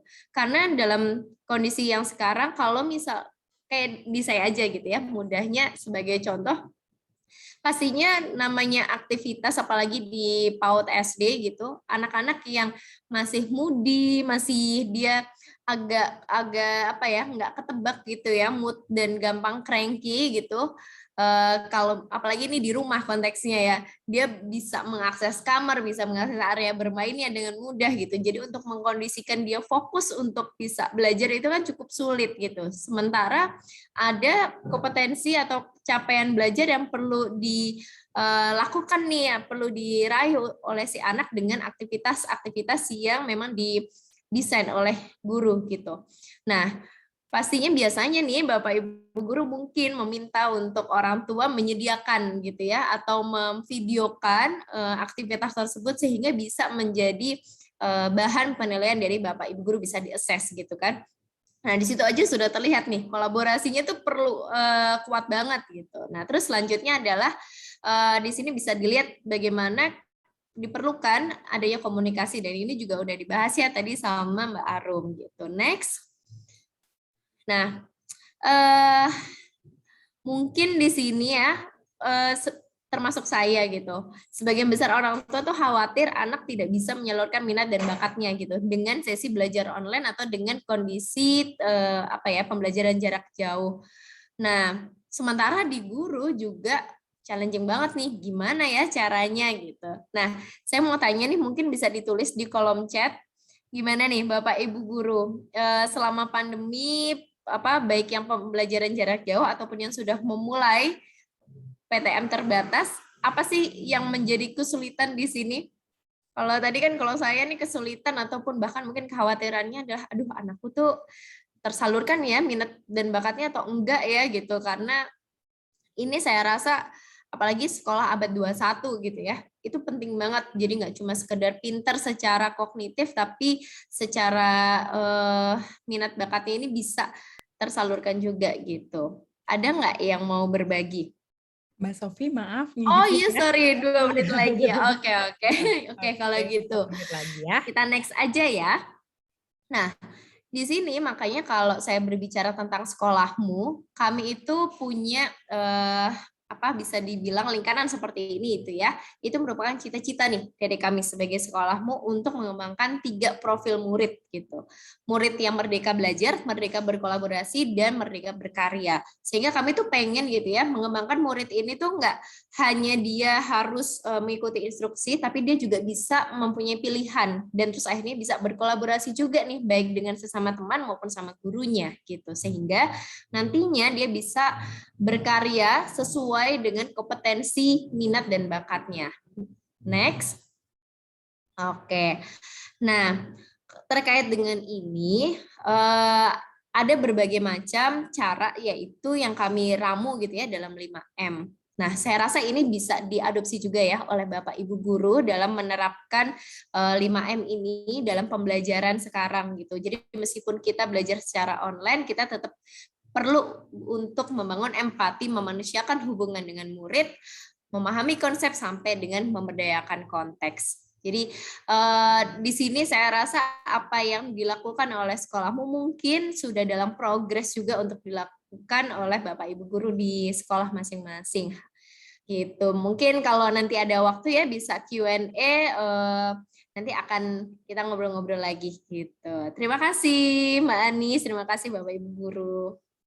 Iya, terima kasih Mbak Sofi. Aduh, mohon maaf nih untuk pembicaranya dari tadi Anis potong terus ya, seru soalnya tapi waktunya terbatas gitu, Ibu. Baiklah, mungkin karena waktunya juga nggak banyak ya, Anis mohon izin persilahkan mungkin 1 orang aja ya, Bapak Ibu kalau yang mau bertanya. Ini, oh ya, sebentar. Sudah ada di chat ya sebenarnya, ini Ibu Anita Novianti. Mungkin saya bacakan saja atau berkenan untuk bertanya sendiri gitu, Ibu Anita? Saya bacakan saja ya? Oke, tapi mohon maaf ya Bapak Ibu, karena waktunya terbatas sekali nih ya, saya coba bacakan ya. Apa perbedaan blended learning dengan hybrid learning, di mana keduanya merupakan pembelajaran yang mengkolaborasikan kegiatan online dan offline?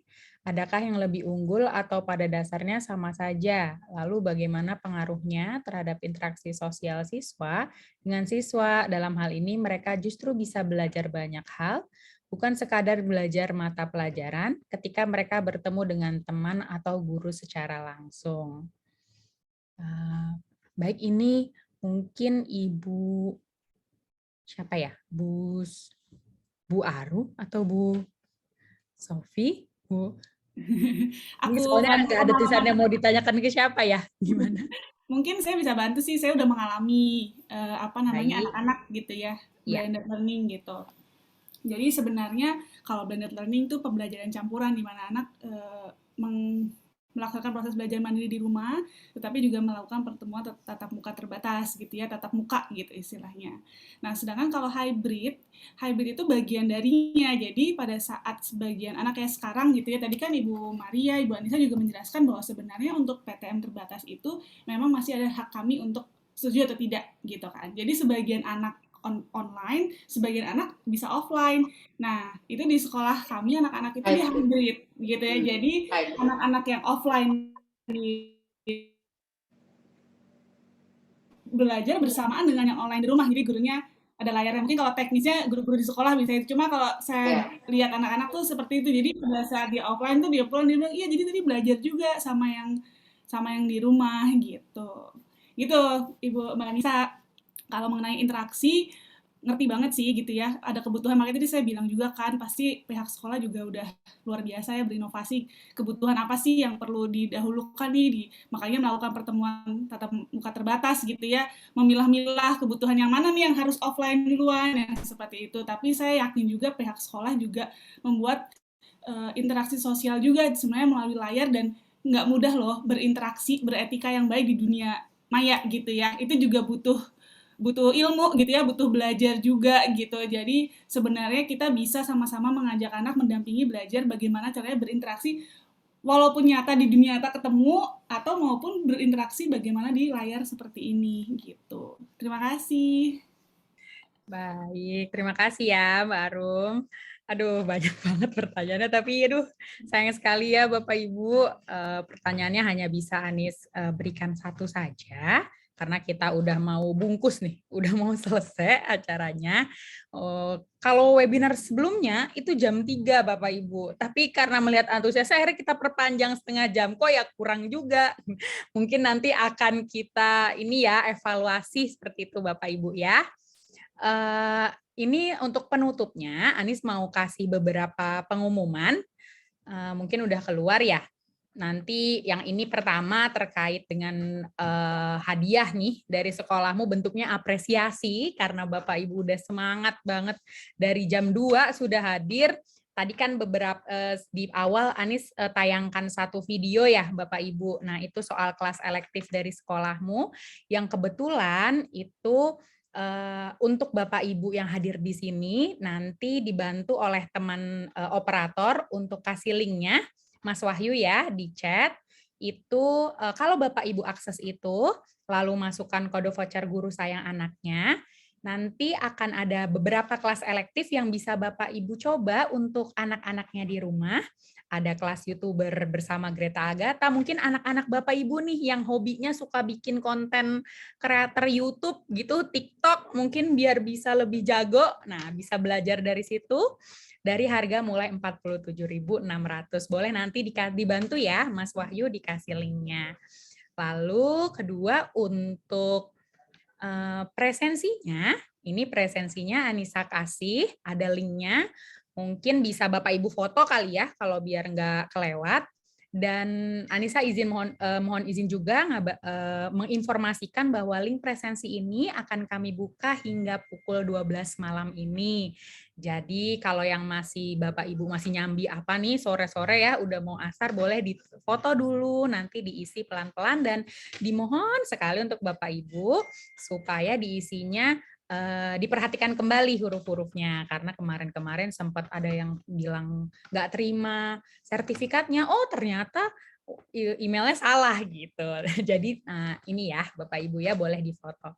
Lalu untuk mengikuti informasi selanjutnya terkait sekolahmu dan sekolah abad 21, Bapak Ibu bisa ikuti nih Telegram kami di Kawan Guru Sekolah Abad 21, ada banyak sekali informasi dan juga mungkin Bapak Ibu bisa saling sharing terkait sekolahnya masing-masing, ada update apa, monggo silahkan ikuti Telegramnya dan juga Instagramnya di sekolahabad.21. Begitu dari Anis ya Bapak Ibu. Oh ya, untuk keburu lupa, kita foto dulu di sesi terakhir. Boleh Mas Wahyu ya bantu?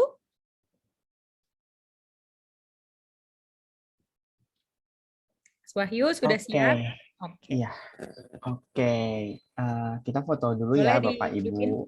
Ya. Boleh open cam semuanya biar pada kelihatan nih hari ini siapa aja yang Masih hadir. wajahnya Bapak Ibu masih semangat. Top. Oke, bentar ya, biar di screenshot. Oke, 1, 2, 3. Ini untuk yang screen pertama. Oke, screen kedua. Bentar ya. 1, 2, 3. Oke, sudah. Sudah ya. Nggak tahu screen berapa, pokoknya senyum aja ya Bapak Ibu ya. Oke, baik. Sekali lagi Anis, teman-teman dari sekolahmu mengucapkan terima kasih banyak kepada Bapak Ibu yang sudah menyempatkan hadir. Nanti linknya akan dikasih lagi di pinggir ya, di kolom chat atau di Telegram. Monggo Bapak Ibu yang berkenan untuk mencoba kelas selektifnya. Saya Anissa Rahma, mohon maaf ya Bapak Ibu kalau ada salah-salah kata. Terima kasih banyak. Assalamualaikum warahmatullahi wabarakatuh dan selamat sore. Terima kasih juga buat Bapak Ibu, buat ibu-ibu narasumber ya. Terima kasih Bu Aru, Sama-sama Kak Anissa. Ibu Amalia, Bu Maria. Terima kasih banyak. Sehat semuanya Luar ya, biasa. Bapak Ibu. Semangat, salam sehat dan Iya, sukses. jaga kesehatannya Bapak Ibu. Semangat. Terima kasih. Iya, terima kasih ya Ibu. Ya Allah. Ya. Terima kasih Bu Maria, sehat-sehat Bu. Sama-sama. Terima kasih Kak Anissa. Iya. Oke. Izin live ya Kak. Iya Bu Maria, terima kasih. kasih. Bu Amalia, Terima kasih. Bu Aru. Terima kasih Bapak Ibu, saya izin live ya. Iya. Bu Ani, Bu Ani. Ya. Ada yang tanya Anis? Ya kenapa Ibu? Link presensinya sudah ya? Boleh di-save dulu Ibu link presensinya, nanti mungkin diisi sampai Iya, kita tunggu sampai jam 12 malam ya. Sampai jam Terima 12 kasih, malam ya Ibu. Ibu. Terima kasih.